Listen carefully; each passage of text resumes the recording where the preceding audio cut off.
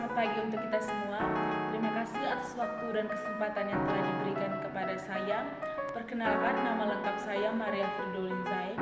Saya mahasiswa dari STKIP Citra Bakti Ngada, program studi pendidikan IPA semester 3 dengan NIM 2022-06009. Pada kesempatan ini, saya akan menjelaskan sedikit materi mata kuliah pengembangan belajar peserta didik. Dengan materi pertama, jelaskan perbedaan yang dialami peserta didik di bidang fisik motorik, inteligensi, dan kecakapan bahasa. Perbedaan yang dialami peserta didik adalah yang pertama itu fisik motorik. Pada perbedaan ini, peserta didik tidak hanya terbatas pada aspek-aspek yang teramati oleh panca indera, melainkan juga dapat mencakup aspek-aspek fisik yang tidak dapat diamati melalui panca indera. Serta perbedaan ini dapat dilihat dari kesehatan peserta didik seperti kesehatan mata dan telinga. Yang kedua, perbedaan inteligensi. Pada perbedaan ini, peserta didik harus mempunyai kemampuan mental, pikiran, atau intelektual dalam dan merupakan bagian dari proses kognitif pada tingkatan yang lebih tinggi. Yang ketiga, perbedaan kecakapan bahasa. Pada perbedaan ini, peserta didik harus mempunyai kemampuan berbahasa untuk menyatakan buah pikirannya dalam bentuk ungkapan kata dalam kalimat yang bermakna serta logis dan sistematis. Dengan materi yang kedua, sebut dan jelaskan secara singkat faktor-faktor yang mempengaruhi perkembangan intelektualitas dan emosi yang dialami oleh remaja. Faktor-faktor yang mempengaruhi perkembangan intelektualitas dan emosi yang dialami oleh remaja adalah yang pertama, kurangnya imajinasi serta kreativitas yang tinggi pada diri remaja. Faktor ini, remaja kurangnya imajinasi serta kreativitas yang tinggi dapat membuat kecerdasan intelektual bagi remaja menjadi buruk. Hal itu terjadi karena pada diri remaja cenderung berpikir kreatif. Yang kedua, kurangnya tingkat kepercayaan diri pada diri remaja.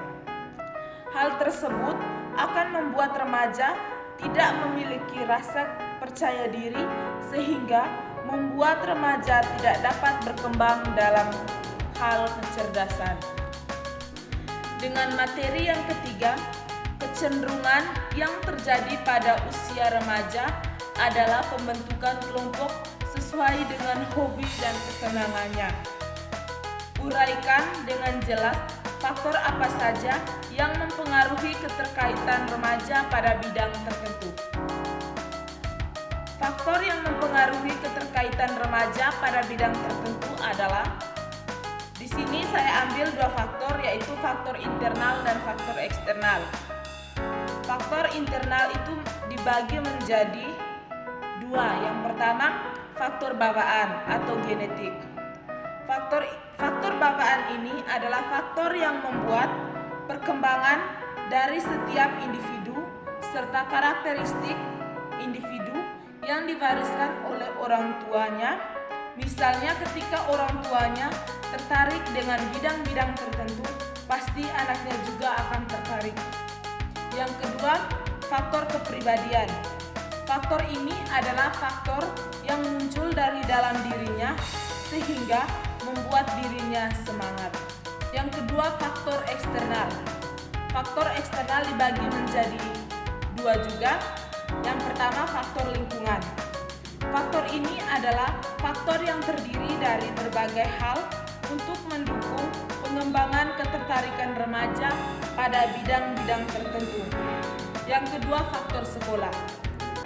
adalah faktor yang dapat mempengaruhi proses belajar remaja yang kondusif, yang bersifat formal, sehingga membuat remaja semakin tertarik dengan bidang-bidang yang dapat mendukung kepribadiannya. Dengan materi yang keempat adalah sebut dan jelaskan secara singkat faktor-faktor yang mempengaruhi perkembangan sosial dan bahasa yang dialami oleh remaja. Faktor-faktornya adalah 1. Faktor keluarga. Keluarga merupakan lingkungan pertama yang memberikan pengaruh terhadap berbagai aspek perkembangan remaja, termasuk perkembangan sosial dan bahasanya. Yang kedua, faktor status sosial. Faktor status sosial banyak dipengaruhi oleh kondisi atau status kehidupan sosial keluarga dalam lingkungan masyarakat. Yang ketiga, faktor pendidikan. Faktor ini merupakan proses sosial remaja yang terarah, sehingga perkembangan sosial dan bahasa yang dialami oleh remaja semakin baik. Dengan materi yang kelima, studi kasus mengenai perkembangan belajar peserta didik di sekitar saya dan solusinya, serta kaitannya dengan materi yang telah kami pelajari. Yang pertama, peserta didik sulit diajak untuk belajar. Peserta didik yang sulit atau susah diajak untuk belajar adalah perilaku yang cukup bermasalah. Hal itu terjadi karena mungkin salah satunya adalah orang tua yang kurang disiplin karena membiarkan peserta didik bermain sampai lupa waktu untuk belajar.